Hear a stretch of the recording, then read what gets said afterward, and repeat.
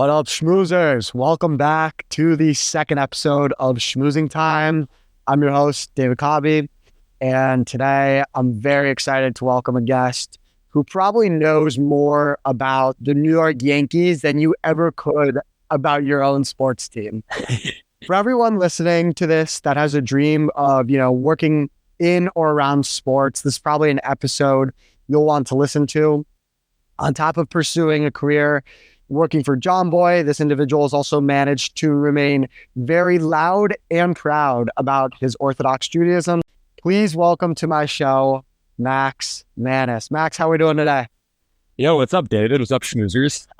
Thank you for reaching out to me and wanting to do this. I always think it's very cool when I get a bit of a chance to talk about kind of my journey and why I do what I do, both like you said, religiously, professionally, everything, why I really do see it as all very correlated and it's all very important to me.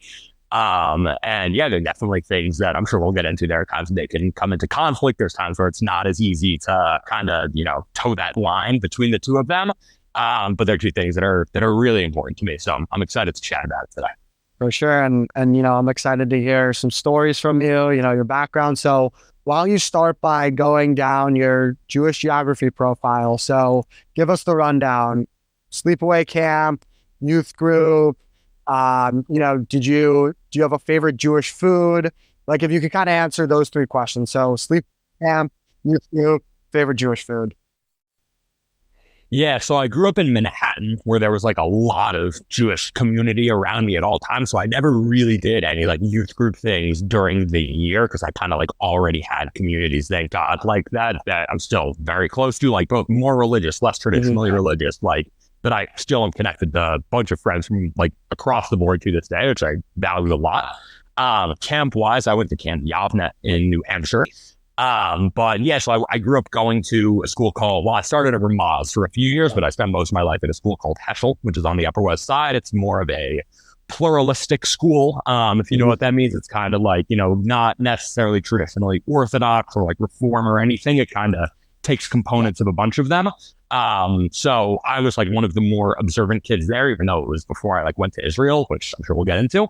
But that was definitely cool for me to meet people kind of from different walks of Judaism and see what works, what doesn't work, what people like, what they don't like, and why. And Jewish food.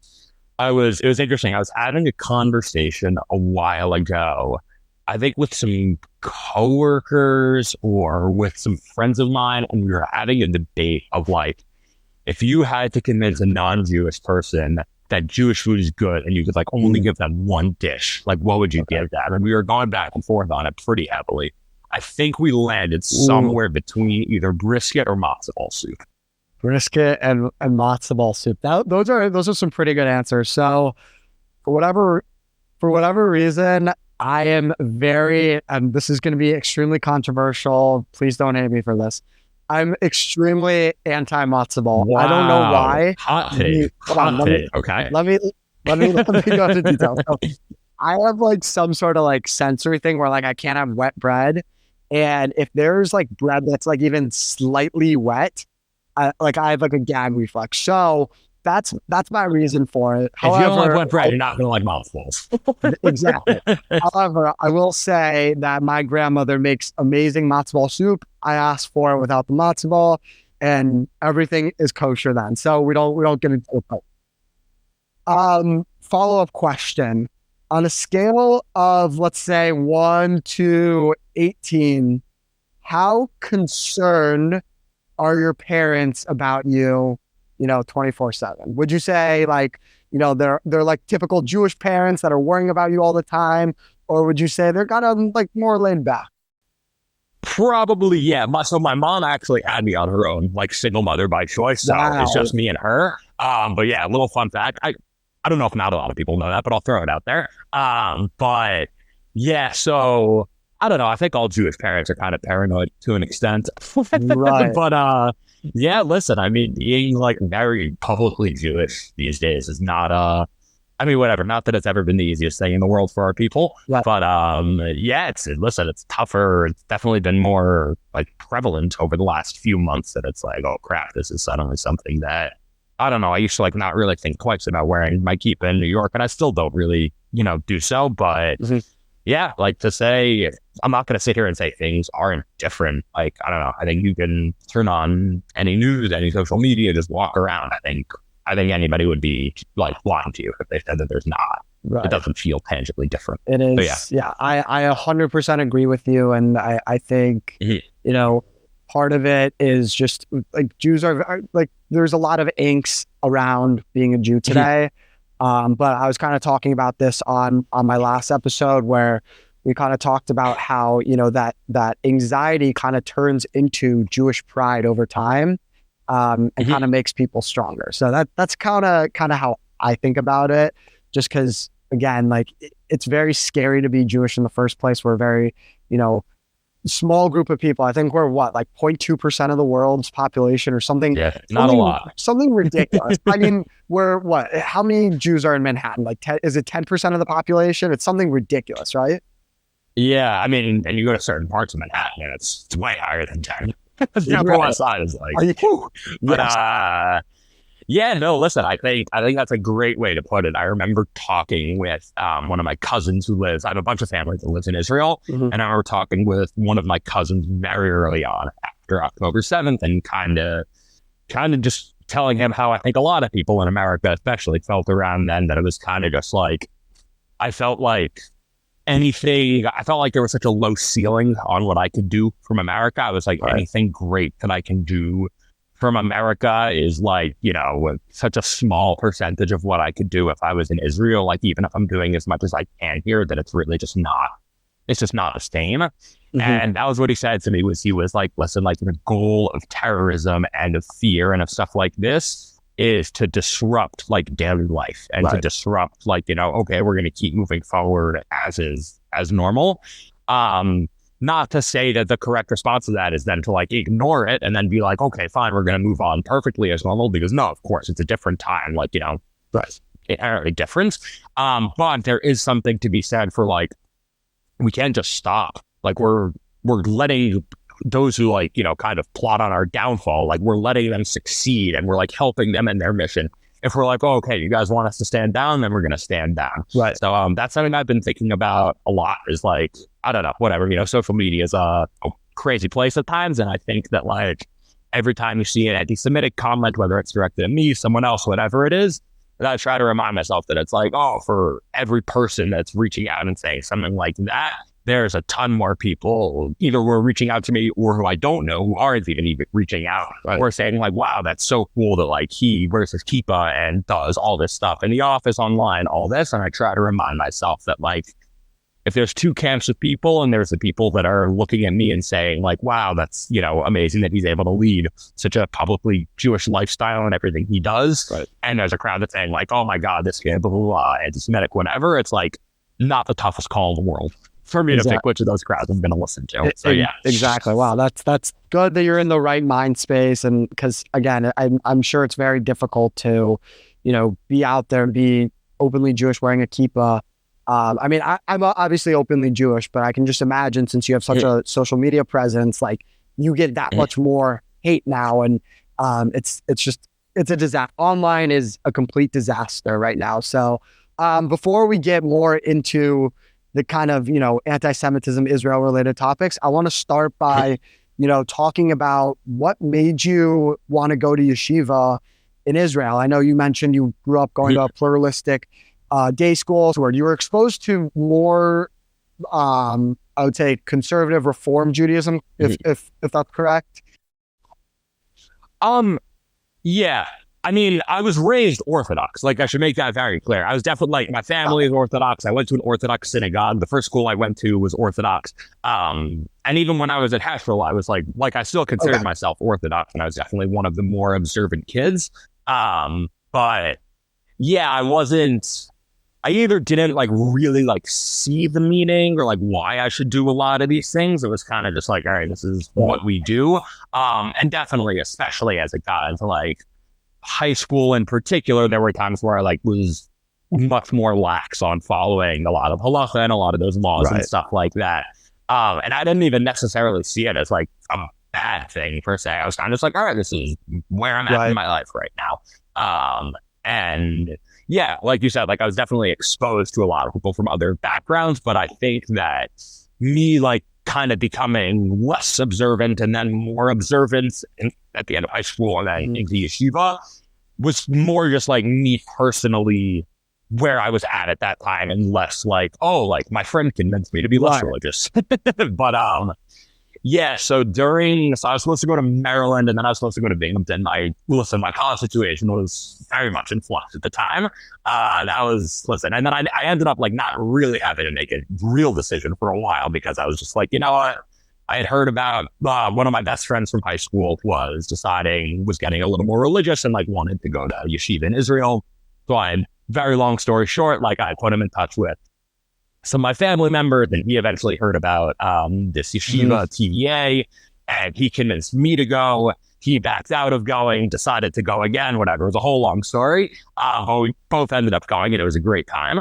My main rationale for going at the time, honestly, was like, I was supposed to go to Binghamton, and I heard Binghamton took a year of credit from yeshiva. So I was like, oh, like, I'll do my freshman year of college in Israel, get out of America during COVID, like no homework, no tests, you know, meet some friends, cool. Like getting religious wasn't even like a priority of mine. It was just like, oh, this should be cool and fun to do for a year. Did that, like loved it, genuinely, just like not even like religious flip out, like saw the light, loved it, more just like realized like this is really fun. Like I enjoy this. Like there's a real sense of community. Like a lot of the guys who went, I think a lot of the people who went to Israel, my year ended up being really close with the people on their programs because it was like COVID craziness when we were there. It was like you couldn't go like more than a kilometer away from your house or there were like cops driving around and they would ask you where you live. It was nuts. It was crazy. Like COVID lockdowns in Israel, like you would think America was like standard, like normal life if you saw what it was like in Israel. It was insane. But yeah, so like because like we couldn't do anything but like hang out together, like me and like a bunch of the guys that were on the program that year got really, really close. And a bunch of them ended up deciding to go back for another year. So yeah, I definitely, like you meet a lot of kids that they're like, oh, I always knew I wanted to go to this yeshiva and then I got religious and now I'm like, you know, kind of doing what I thought. And that was like very much not for me. But I wouldn't do anything differently. Thank God. Wow. And that sounds like an amazing experience. I mean, me myself, like I've been to Israel, I think 4 times now. I haven't done a yeshiva like year-long program, but I have a lot of friends that go on it. And I think everyone comes back just like very inspired, so to speak. Like I think every time I go to Israel, I become more connected with God. I mean, I consider myself, someone religious. Like I keep kosher. I try and keep Shabbat to the best of my ability. I try and put on tefillin, so those are some ways that like I really connect with God. What are some ways, you can mention, tefillin, kosher, whatever. Sure. But what are some ways that like you feel like you really connect with Hashem, and like why is that kind of like your driving factor in continuing to be an Orthodox Jew? Yeah. I think like wearing a kippah and tzitzit was never like something that immediately I was like, oh my God, like that's the one for me. It was more just like, oh, like this is what we do. Sure, I'll do that. Like I wore a kippah all throughout high school, even when I like wasn't really super observant, or like, not like traditionally Orthodox. And then in yeshiva, I got more into tzitzit and like tchelet, which is like the blue string on the tzitzit and stuff like that. And I remember one of my rabbis, like the way he kind of like framed it was, he was like, this is essentially like being a Jew and like not having this is like being like a member of a sports team and like not wearing the uniform, was kind of the way he framed it. Was like, listen, like this is like what identifies us. This is what brings us together. Like you have to realize that like this is like it really is what connects us in a lot of ways. And again, that was never something that I was like, oh my God, awesome, that's great for me. But it was something that I thought was cool that I noticed. Like when I started working in the office, I'm like, I never like even really considered like wearing a hat over my kippah, which I mean, sometimes I do just like for like fashion. Like I like wearing hats, not as like a religious statement.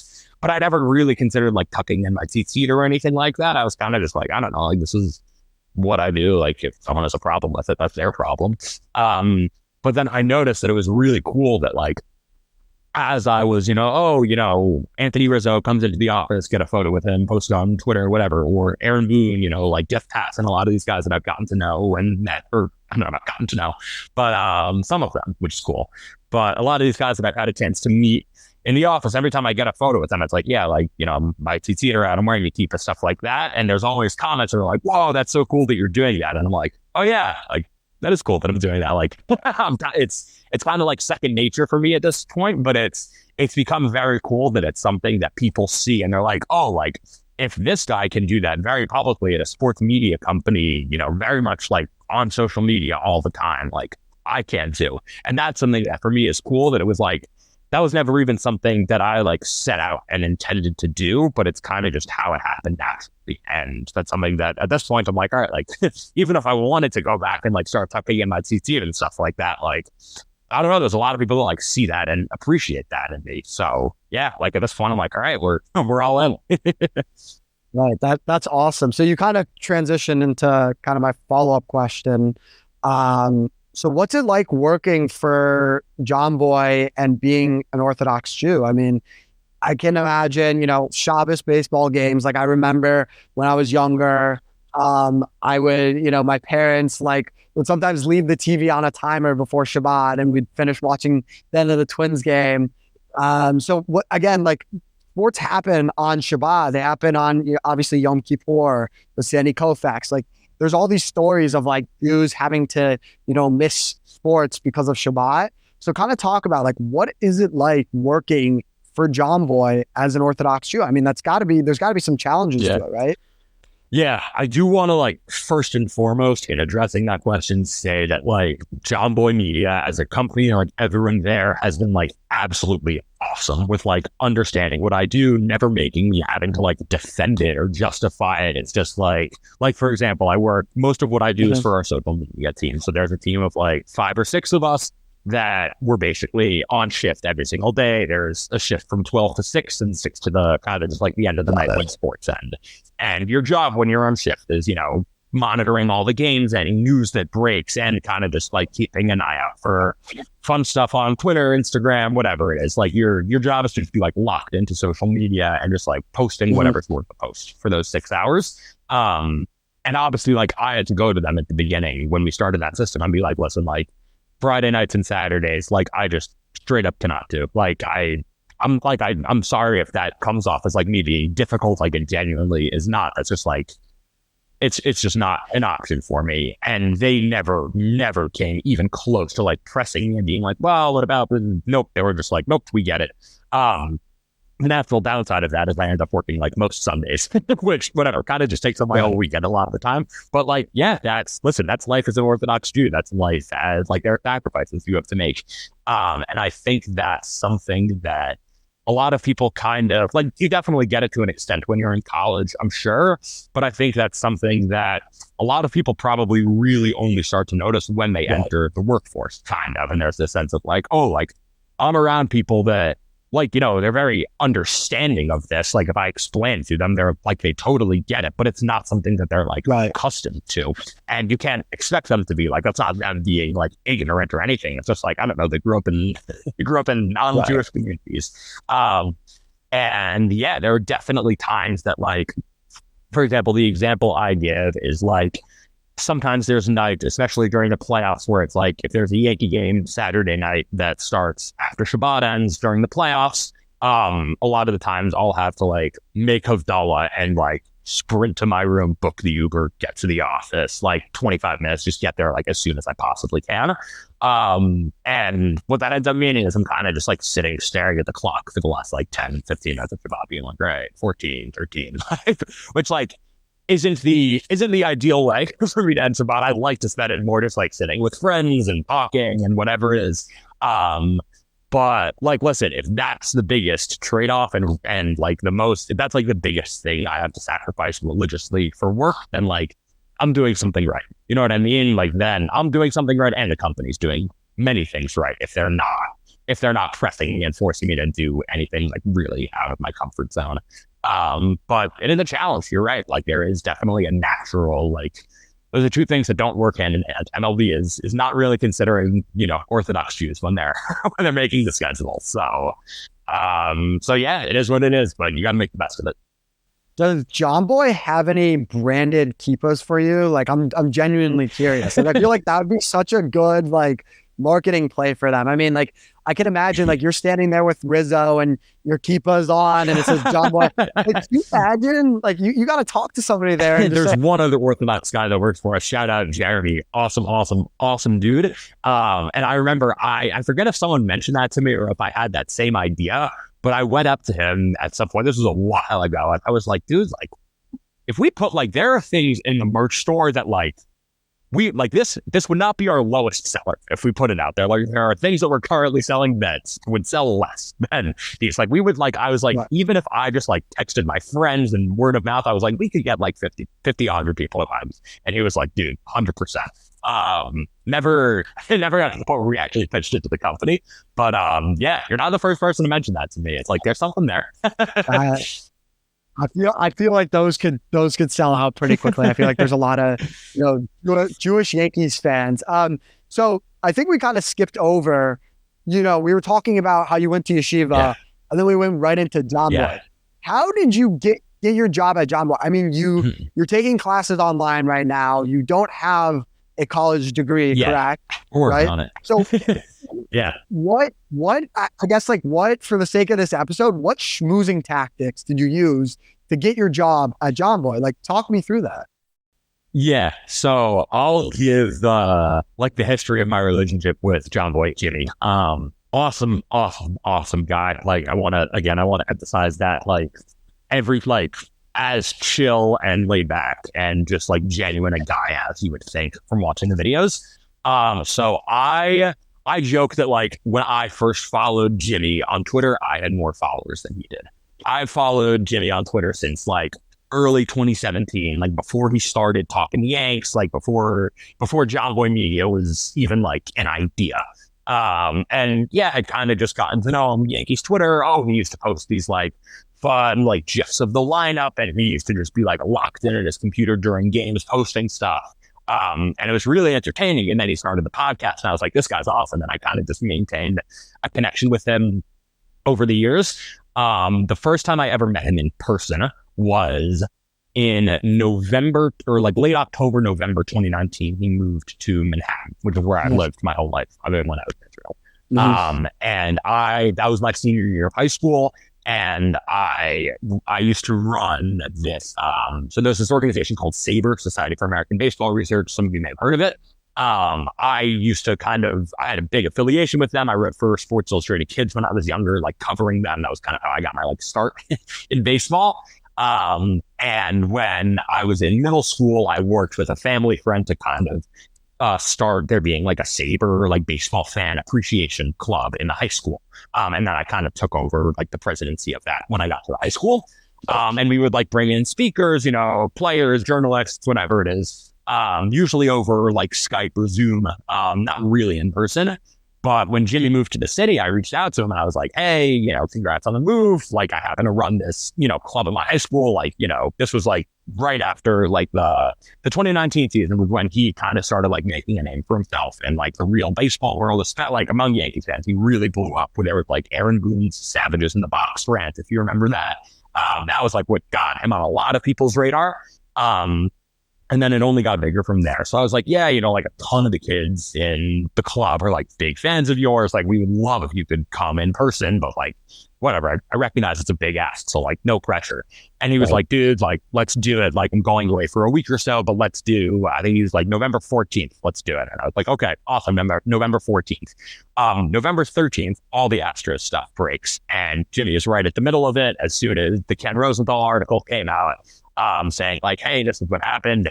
Jimmy makes his breakdown video of like, hey, this is where the Astros were made in the trash cans. This is how the whole scheme worked. And that like goes like bonkers. Like that like really, really, really blew up. Like that was awesome for the company. And I'm sitting there like, oh crap, like he's doing the Michael K show tonight. Like, he might not have time to come and speak to the high school club tomorrow. Like, I didn't reach out and say like, hey, no pressure. But I was like, if he reaches out and says like, hey, sorry, I can't make it. Like, that is the most valid thing in the world. Like, I'm very happy for him. Nothing like that DM'd me at like 1 a.m. that night being like, hey, like, crazy day. Don't worry, we're good for tomorrow. Came in, spoke for like an hour and a half. There were like 25 people that came. It was like our biggest club gathering ever. It was awesome. And yeah, I remember sitting there being like, again, he was like on like WFAN, ESPN, all that this morning, and then like came to speak to us that night. So that was a little long, but anyways, yeah, I stayed in touch with them. And then when I was in Israel, my first year, I had spoken with him in the past a couple times about like, hey, so you got this new office, you know, where there are positions, and he was like, listen, like, we just don't have we just like need to, we don't have the funding right now to like hire for a whole bunch of different positions. So like, hold tight, like we'll talk. I was like, all right, well, I can hold tight. And then when I was in Israel my first year, I reached out to him and I was like, hey, I'm in Israel right now, but I'll be back in the States in June. Happy to intern, like research, writing, like whatever you need. And we spoke for a little while and got it done. And then, so I was working remotely for him starting like late January, actually around this time of year. And then I got back to the States from June to August, and I worked, they had the office in the Bronx then, and I was doing that. I was doing mostly research at the time, like for talking baseball. And then went back to Israel for a second year, came back. 2022, my plan was like, all right, I'm transferring to a college in the city because I have this job that like, there's no chance I'm leaving this job. I'm going to just like lock in, focus on work for all the 2022 season until I have to start college. And then, you know, I'll be kind of part-time college, part-time work until I get my degree. I ended up like advancing a lot of the company that year. Thank God. It was like very, like built a lot of relationships, started doing more social media stuff on top of research. And then like 2 weeks before I was supposed to go to college, I just like poked my head into Jimmy's office and I was like, hey, like, just a reminder, I am supposed to start college in a couple weeks. And he was like, oh, like, we don't want to lose you. And I was like, I don't really want to go to college either. So we could make this work. And then, yeah, you know, one thing led to another. I ended up getting a full-time offer, and I found out that Fairleigh Dickinson in Jersey takes 2 years of yeshiva credit and lets you do the rest online. So that's what I've been doing. And no complaints. It's been the ideal setup for me. So yeah, it was a long, unpredictable road, but a lot of fun.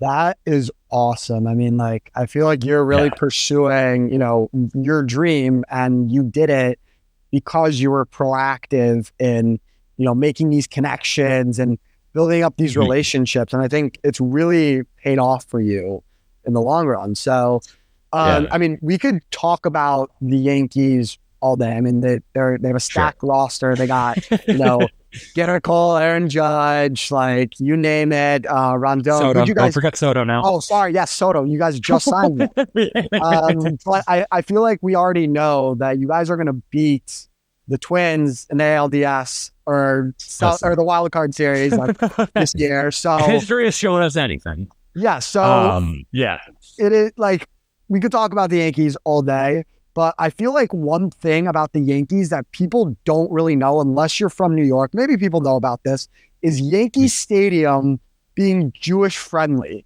I've heard big time. So many sources of minyanim going on in the middle of the 7th inning stretch, and there being kosher food there. Like, what the hell? Like in Minnesota, there's nothing like this. I mean, like we have one kosher hot dog stand, and that's about it. So why don't you tell us a little bit about like the Jewish environment at Yankee Stadium? I mean, I get like there's so many Jews in New York, but like, have you participated in these minyanim? Like, what's that like? Yeah, big time. It's they have I think like 4 kosher stands set up throughout the stadium. It used to be under strictly kosher. Now it's under kosher park sports, I think is what it's called. Which was like a big deal because it used to be just like hot dog knitch. Now there's like sausage, brisket sandwich. It was like they overhauled the whole thing. That was a big upgrade last year. But yeah, I remember when I was younger, I was like never really like a serious Minion goer. It was never like a priority of mine. Right. And when I remember going to a game with some family members with one of my cousins when he had just gotten back from Israel and like kind of undergone the same like, you know, kind of just like getting into being religious thing that I did. Right. And he was like, oh, like, you know, we 7th inning stretch, like we gotta hit Marv. And I was like, oh yeah, of course. Like, you know, I do this all the time, obviously. And then I got there and I was like, wow, this is really cool. I think it was like the Yankees were down a run in the 7th inning. And like during the middle of, you know, Marv, there's, you know, sometimes there's only 10 people there. Sometimes you'll go like, if it's like a Pesach game, like Holomoid Pesach, there's dozens and dozens and dozens of people there. But yeah, I remember sitting there, like whatever, davening the Amidah in the middle of Marv and like, walk, base hit, first and third. And I'm like, oh my God, like it's working. We're praying. Like the prayer's working. And like we sat back down, yeah, took the lead in the 7th inning. I was like, oh my God, like it's foolproof. Like we got to do this every single time. But yeah. And then I got back from Israel and like started like actually caring about going to Minion. And I'd be like, oh, this is cool. Like when I go to games with like friends of mine from Yeshiva or like I live in downtown Manhattan now with like a bunch of religious guys down here. And yeah, it's like, yeah, 7th inning stretch, we got to go to Mars. And yeah, it's the kind of thing that you definitely get to take for granted. Like I went to, if you go to Red Sox games, like don't get me started. They have like a vending machine with hot dogs that you can tell have been in there for like it's not a good situation. But yeah, Citi Fields is really good. Their kosher stand. Camden's, I think, shut down, but when I remember going in like 2017 and it was like top tier. I've heard, so I have friends that go to college at WashU in St. Louis, and they say there's like 4 or 5 kosher restaurants in all of St. Louis. One of them is like some guy's basement. One of them is like a tiny shack. Like it's like it's not the best setup, but they said like one of the best places to eat kosher food in all of St. Louis is at Busch Stadium, because they were like, there's one deli in St. Louis that's actually like really good, and it's good enough that they had to have a stand at Busch Stadium. They're like, even the non-Jews pay to eat there, so they're like, all right, you might as well. So they're like, yeah, like if you want to get good kosher food in St. Louis, go to a Cardinals game. But yeah, you're right. It is definitely the kind of thing that you start to take for granted after a certain time, which is like awesome that I never have to worry about kosher food when I go to a game. Right. And I mean, to your point about, you know, Camden, I've been there, like their kosher food sandwich is actually pretty good.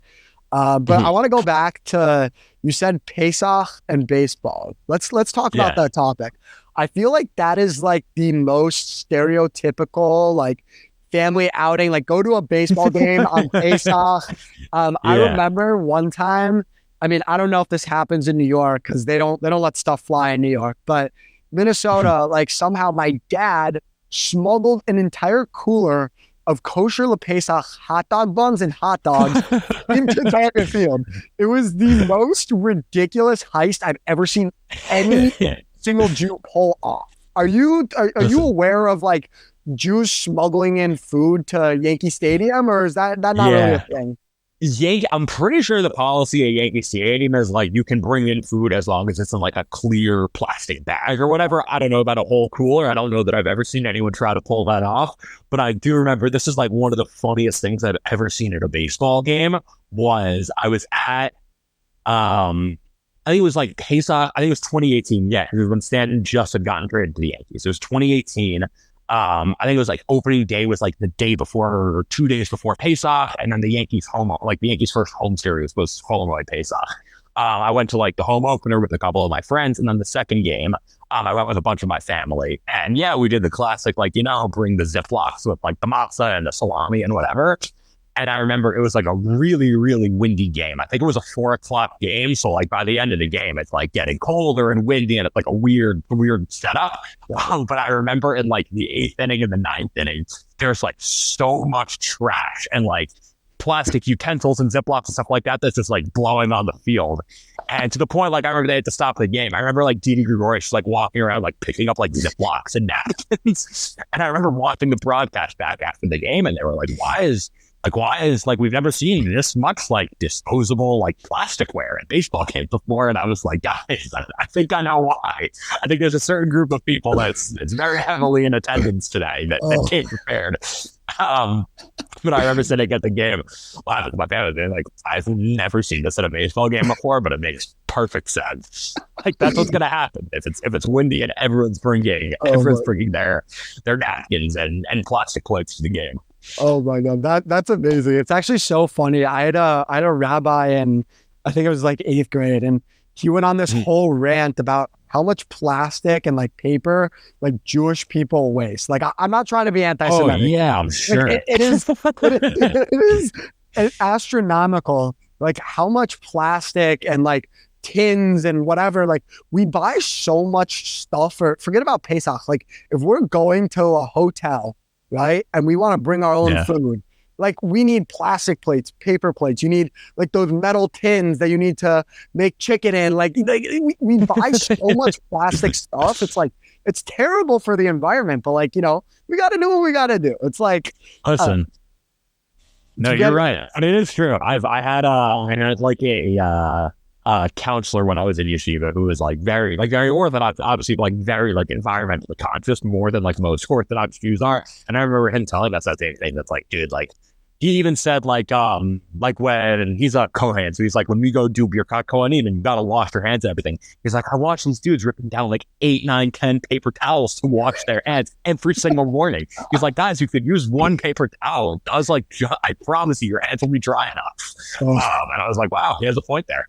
That's very, oh man, we could talk about Jews wasting plastic. That Pesach story, it seems like it's out of like a cartoon almost. Like you would expect that. You'd expect that to happen. That's very funny. All right, let's move on to the final topic. I want to talk about your Twitter. So you have 8.7 thousand followers on Twitter, and you have a pretty big social media presence. What kind of blew up? Like why do you have so many followers? Yeah. I guess the short answer is I've spent way too much of my life on Twitter. In like high school and stuff like that, like my friends would make fun of me because they would be like, dude, like I would literally be like sitting in class, just like scrolling through like Miguel Andujar trade proposals. And the teacher would be like, Max, question 7. I'm like, what? But yeah, that was like something that I picked up really early on. And I was like, all right, like this is where sports media like lives. Like every time news, like no one's going to Instagram to break news. You know what I mean? Like this is where it's all happening. And I noticed early on, like, oh, there's a lot of people that are having success, like getting jobs in front offices and like launching, like Jimmy, like literally launched his own media company on the back of Twitter. And I was like, yeah, like, I don't know, for as much of a hellhole as this website is a lot of the time, like we got into the anti-Semitism and stuff like that. It is great for like building up connections and stuff like that. Right. So yeah, I kind of just used it as my like, I have very few, or I guess more now, but at the time I had very few fans who were like as invested in the Yankees as I was. Like, sure, like they'll go to a game, but they don't care about like Jonathan Loaiza is getting activated from the IL tonight. Like who's going down? Like whose roster spot is he taking? And I was like, oh, there's like people online who care about this. I'll talk to them. And yeah, and then I just did that for like long enough that eventually like getting the job at John Boy helped, of course. But yeah, at a certain point, you got to realize that it's just like no one builds a Twitter following in one day, really. Like there are very, very few stories that you're going to hear people that it's like, yeah, the first month it just popped off and it was great from there. Like you gotta stay committed to it. You gotta kind of go into it like not expecting anything. Like I never planned to be like, oh my God, I'm going to be like an influencer, even though I don't really like that word. But I was like, whatever. That was like never my plan. It was more just like, I'm going to go like, oh, this is where people talk about the Yankees online. Like I'm going to make a name for myself in that space and hopefully it'll become something. And it took time. I think like I hit like 1,500 followers while I was in yeshiva, I think. And then 2022, it really blew up. 2023, even more. And like, listen, like the off season is going to be like down months. Like that's naturally kind of how it goes. Is in the season is when people are more locked in. So like at the company, like October is like go time for us. And then the summer especially is also like very much locked in. January, February, a little bit quieter for now. But that's kind of just naturally how it goes. But yeah, the best advice I can give is like, one, don't go in expecting anything. Like go in just being like, be your authentic self. Don't just like try to be what you think Twitter wants you to be, because a lot of the accounts like that end up just like sucking because they're just like Jimmy says, like they're people who like act like the internet online and they just like are the internet and like that sucks. But yeah, like go and be your authentic self. Like don't think you're better than anyone else. Like now, like I get so many comments that I can't really read through all of them. But at a certain time, I would be like replying to like basically anyone who commented on my stuff. Like that's how you're gonna get to know people, make connections, like build followers. Like if you're just posting only your own stuff and never interacting with anyone, people are like, all right, who's this guy? Like I don't really care. But yeah, it's like it's gonna take time naturally. You gotta be creative. You gotta like, especially with our accounts, like the company accounts that I work on, like Jumbo Media, Talking Yanks, Talking Baseball. Those accounts are a balance of what's called aggregate content and original content. Aggregate content is like game highlights, news, stuff like that. Original content is like our podcast clips, like YouTube clips from games that we play, like funny, like lists that we came up with, like stuff that's like our own. Right. And that's what like your company is built on, and that's what differentiates you from everything. But a lot of the time, the only way to build up the following to the point where people want to follow your account is like, they're usually not going to follow it if it's only podcast clips. Like you got to put enough, Max Muncy homers on the account. You got to like stay on top of everything so that everyone's like, all right, this is the place to go for baseball highlights. Oh, cool. They have this podcast clip. Let me go check that out too. Wow. That's some good advice right there. So final question for you. What is in store for 2024? I know you're starting a TikTok page. I think I saw that. Yeah. What's, if you could tell us like maybe what's in store for you, and if there's any sneak peek you have into John Boy insights that you want to give our listeners, that'll be great too. Company wise, I don't know a ton and like there's not, as far as I know, nothing like crazy exciting to share, but like at this point we've built up a great following doing like what we do, and I know there are certain things that we're looking to expand into, but a ton of it is also just like keep crushing like the warehouse games, which is we have a warehouse in Jersey City where we play blitzball and stuff like that, and that like blew up last year, like really blew up, and that was awesome for the company. So they're like investing a ton in that. We'll see way more tournaments, way more creators coming to play and then stuff like that. Talking baseball, talking Yanks at this point is like, it's great because you kind of know what you're going to get. It's like, we're getting like deep cut analysis, but not like intimidating. Like it's going to cover all the bases, but it's going to be like fun and approachable and a good vibe. And yeah, I know, like, again, I can't say too much, but I know we have some fun stuff coming soon. For myself personally, yeah, I do want to, because like my goal was never to be like a mass followed Twitter person. So now that I'm like, all right, I do have the following there and it's serving me well. Like you said, I do kind of want to start taking on to TikTok and Instagram and YouTube and like growing like a brand and a following on those platforms too. But yeah, man, I'm just excited about baseball because like for like the second half of last season for the Yankees was like, it was just like, all right, like they did nothing at the trade deadline, which was like fine. Like that team didn't deserve to be buying at the trade deadline. Like they sucked. And then yeah, like they had their worst season in 30 whatever it was years. And I remember talking with a lot of people after the season ended, and I was kind of down in the dumps because I was like, the only sure things that are on the market this offseason that are going to get this team where they need to be are Ohtani and Soto. And I was like, I think Ohtani's, I was always just like, Ohtani's going to the Dodgers, like whatever. And Soto, I was like, if I'm a Padres fan, I'm like making fun of the fact that like Yankees fans think they could trade for Juan Soto. I'd be like, well, why the hell do you think you got to trade for like our 25-year-old future Hall of Famer? Like, no. And I was like, listen, like Bellinger, really good year, bit of a risk.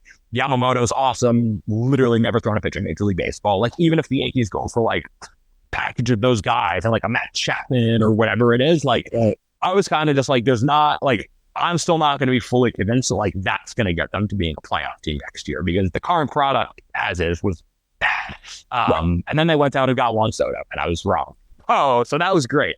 So yeah, I'm like very excited to be like, all right, like I actually have reason to feel like the Yankees are going to be a really good team going into this year, which I didn't think that was going to be a position I was going to be in. So when the Yankees do well, we all do well. Like that's like people want to talk about like, oh, competing companies and stuff like that. Like the Jimmy always says, you have to look at it. It's like a rising tide. It's like raises all ships. Like if the Yankees are good, we're all going to be good. If the media industry is doing well, everyone's going to be doing well. Like we're not sure we're in competition with other companies and accounts in terms of like who's going to post it first and stuff like that. But at the end of the day, more often than not, anything that's going to be good for us is going to be good for the rest of the industry too. Like we kind of all have like a mutually beneficial relationship, is my understanding. So yeah. Wow, thank you for that insight. I mean, you said when the Yankees do well, we all do well. I want to clarify that is not the case. Okay, maybe Listen. you New Yorkers, yeah, it's great, but I openly cheer against the Yankees. Okay, I want to make that very clear. If I was a Twins fan, I would too. Even though I have Max on here who's a huge Yankees fan, like I will still admit that I openly cheer against the Yankees. Like I'll take that to my grave. So, all right, Go Max, for it. where can people find you on Twitter, Instagram? I mean, you're doing Talking Yanks. Like where can people find you? Yeah, my personal account is Max Mannis on Twitter, Max_Mannis on Instagram, Max.Mannis on TikTok. So I have all the combinations covered there. The company account, John Boy Media, Talking Yanks, Talking Baseball, everything there. Like a lot of that is me and my team. So anything that you can do to support any of those accounts is always greatly appreciated, because at the end of the day, we like do it for like our community. Like, we try not to even refer to them as fans, because we more see it as like, oh, like they're like, if you like what we do, like we want to have a relationship with you. We don't want you to be like cheering from the sidelines. So yeah, like anything that you can do to support the community, we like that means the world to us. That's awesome. So go follow Max, the dots, the underscores, and what was the last one? Matt._ and just Max Mannis across the board. Max if Mannis. you look at Max Mannis, you're gonna find me. Okay, go follow this man on Twitter, Instagram. Go follow John Boy. And Max, we really want to thank you for coming on the podcast. This is our second episode ever. So if you like this episode, not only give Max a follow, but please leave a review in the comments. Go whether you're on Apple Music, Spotify. If you really liked it, give us the 5 stars, leave a review. This is how we get found. Till next time, keep schmoozing.